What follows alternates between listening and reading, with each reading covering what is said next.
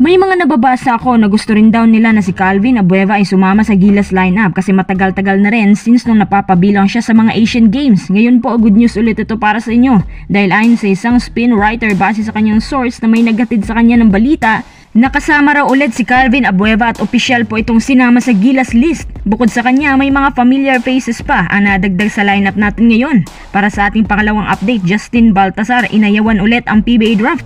Mukhang may tinatagong galit ata. Kasunod nito ang mga pangalan na ating babanggitin na magpapadraft.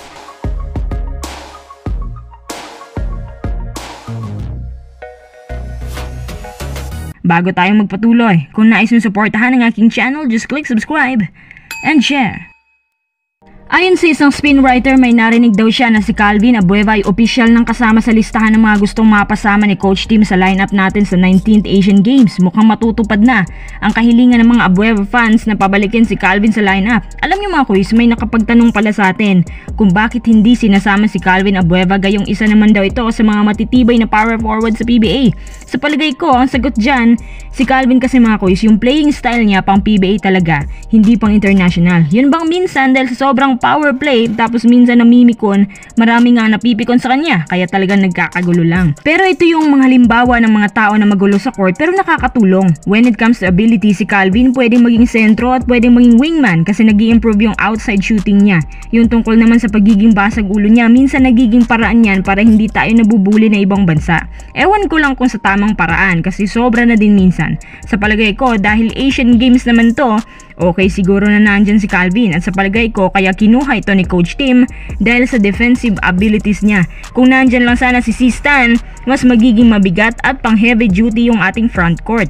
Kaso si Stan nagretiro na sa Gilas duties niya. Ang isang disadvantage din sa pagkuha kay Calvin, may edad na ho ito. Sabihin na lang natin na matibay si Calvin pero basta may edad na, nagsuslow down niya ng konti. Although nakakasabay pa naman. Ang hiling lang na ilang Gilas fans na sana, wag raw magkalat si Calvin sa Asian.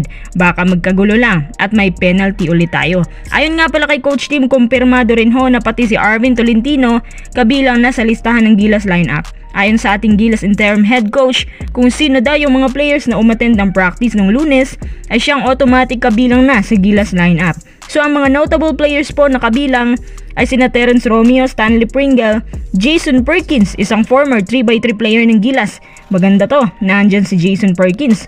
Dagdag ko lang ha. Ito po ang pagkakaiba kapag nag-iba tayo ng coach sa Gilas kasi hindi yung puro paulit-ulit na players ang kinukuha. At least nabibigyan ng chance yung mga nasa independent teams kasi may mga players po mula sa kanila ang pwedeng isama base sa kanilang skills. Dapat nga nandyan si Maverick Ahanisi. Sayang din yun, kaso mukhang may hirapan nga lang ang Gilas sa pagkuha sa kanya.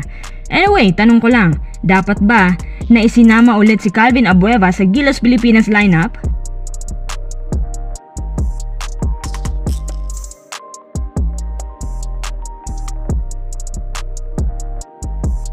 Tara, next update tayo tungkol po ito sa PBA draft. Alam nyo ba na sa taong ito ang may pinakamaraming aplikante? Sa pagkakaalam ko, parang 96 yung naitala ng huling PBA draft. Pero ngayon umabot po ito ng 128 applicants. Mukhang maraming na-engage ngayon ng mga aspirants. Feeling ko dahil yan sa tumataas na bilang ng mga kabataan na gustong makapaglaro ng basketball. At mas nabuhayan pang PBA nung nagkaroon ng guest team ito. Ilan sa mga notable players na kasama ay sina Richie Rivero, Kemer Carino, Shawnee Winston, Brent Paraiso, Brandon Bates, Ken Tuffin, James Kwekuteye, Fran Yu, Kim Aurin, at ang hinahype ngayon ang kasama ni Winston na si Stephen Holt. Kung naitatanong nyo kung magpapadraft ba si Justin Baltasar, hindi ko alam kung tamang hinala ko kasi ang bilis pong magdesisyon ni Baltasar na skip daw muna siya. Pero nung tanungin namin, hindi naman siya sumasagot kung bakit. Siguro may tinatagong galit to sa PBA dahil doon sa hindi pagpili sa kanya sa Gilas pero desisyon naman niya yan. Sa pagkakaalam ko rin, mukhang sa bilig po ito magkakaroon ng professional career.